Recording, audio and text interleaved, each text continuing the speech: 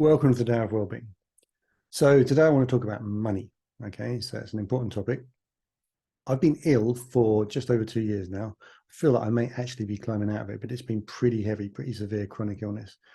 Um, and just before I got ill, I'd been doing a lot of research into how to become financially free, and I'd started to put some stuff into place that meant during my illness, I actually had this breathing space to focus on my well-being and my healing rather than having the pressure of having to, or not being able to pay the bills and being stressed about money on top of the horrendous stress of, quite severe physical illness.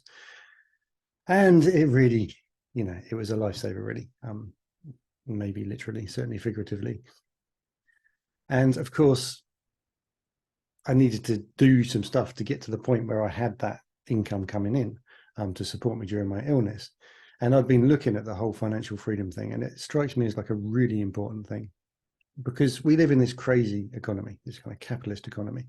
And I remember years ago, I read a sci-fi book where one of the characters said they couldn't work out whether capitalism was the very best or the very worst system you could have. Now, I'm not going to get into whether it's good or bad. I mean, it may end up destroying the planet. Who knows? There's certainly alternatives that could be explored. But there's also a lot of really good things about capitalism. And one of those is the opportunity that it grants some people. I'm not saying it's a fair system, but I'm saying that some people have an opportunity within capitalism to achieve financial freedom in a way they might not have had under a different system. So, if you're healthy and you've got, you've got your basic needs met and you've got the internet and you're educated, so you can kind of, you do your basic maths and literacy and stuff, and you have a willingness to learn what it takes and, to read or to listen to audiobooks and kind of develop your knowledge of how to become financially free, then there are actually quite a lot of things that can be done to certainly improve your financial situation. Now, I'm not going to get into like all the different things that you can do, but I think just to bring awareness to this issue that, first of all, a lot of people are on the minimum wage. And there's this thing about averages. So if you look at the average UK income, it's probably something like 20K or something. But of course, it's either the median or the mean. It's certainly not the mode. The vast majority of people are on the minimum wage, basically, or somewhere near it. So those numbers are, take them with a pinch of salt because they're both affected by extremes. Like you've got a few billionaires and, it raises everyone's the average income looks so much better, doesn't it? But of course, that's not the kind of typical case. So this idea that we should sell our time for money. I mean, it's great. I love the idea of like providing a service. So, I've got some energy, I've got some time, and I do something, I serve my society.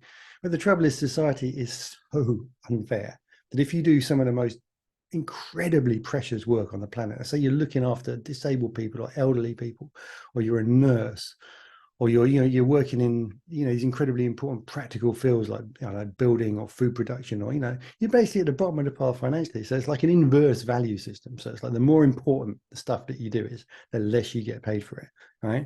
And then you've got people who are basically speculating on the stock market. They've already got like loads and loads of money, and they're getting loads and loads of profit every day, coming in doing fuck all because they've got the money already. And it's just a very stupid system. However, what is the virtue in playing an unfair game and losing? Okay. And I think there is this psychological aspect to this. I think it's really important. I think some people have internalized that almost there's some kind of virtue in poverty, or at least there's anti-virtue in affluence. And I'm not talking about crazy affluence where you could kind of, solve world hunger and you choose not to. I'm talking about being comfortable, having the time, the energy to look after what's important to you, your family, your health, to do stuff that's meaningful rather than stuff that you have to do just to pay the bills, even though you hate doing it. Right. So losing at Monopoly, why would you do it? Right. You want to win. Right. It's a crazy game, but you want to win. So I think that's part of the main thing I want to say here. It is just like having that self-awareness, like what actually is my relationship to money? Because it could well be that until you sort that out, then you're not going to be able to, put things in place that are going to give you the freedom that you want financially, because you have these kind of obstacles in terms of your attitude towards money. And then, there's things like selling your time for money is great until you get ill. Now, if you've got sick pay, great, but if you're self-employed, you're unlikely to have that. And, if you're someone who's kind of got this vision of what you want to do in your life. There's a lot of people out there that have got these visions of these things they're passionate about, but they haven't really learned how to turn them into sustainable, successful businesses. And there's this great book called The E-Myth Revisited that I read a few years ago now. So the idea is that 5 out of 6 businesses fail, and they fail because of a recognizable pattern. And that pattern is that people go to work in their business as the technician. So they're doing the thing that the business does. So they might be like producing food, or they might be doing graphic design, or they, the thing that they're doing is kind of how they envisage themselves moving forward. So they haven't kind of got a long-term business plan. They just do it. And because they're passionate about it, it's like, oh, great, I'm living the dream, until you become a slave to that, because, you can't, most businesses can't really be run on your own. And you're doing the thing, the technical thing, and you're not necessarily learning about how to scale, how to outsource, how to have the thing be sustainable. And you end up basically, working for yourself. And as a boss, you're like really demanding, because it's like your life depends on, this one person working really hard in this business. And that's not sustainable. So the thing to do is to, learn about business. And there's a lot of resistance to doing that. It's with a lot of people I've noticed, particularly, kind of dreamer types that have these wonderful visions. It's almost like anathema to them. It's like, I don't want to learn about business. I just want to, like, make my wonderful product, and, whatever. It's like not very kind of pragmatic, shall we say. So I think that's an important thing to address. Yeah, what was I saying about, selling your time for money? If you are dependent on selling your time for money, then if you get ill, what are you going to do? There's going to be a glass ceiling on how much you can charge, depending on, what industry you're in. And you're never going to, well, I'm going to say never. I mean, it depends what, how much money you feel you need to be financially free. But it's going to be difficult to have like real abundance going on with that situation. So this whole thing about, learning about business, learning about passive income, how to generate passive income, make money while you sleep. Okay. A lot of people, probably like switched off by now. It's like, yes, but I'm, because I'm kind of, a lot of my audience, I think, are quite alternative. It's like, yes, but you're a breadhead. Make money while you sleep. That's what capitalists do. But, capitalists enjoy the freedom of wealth, right?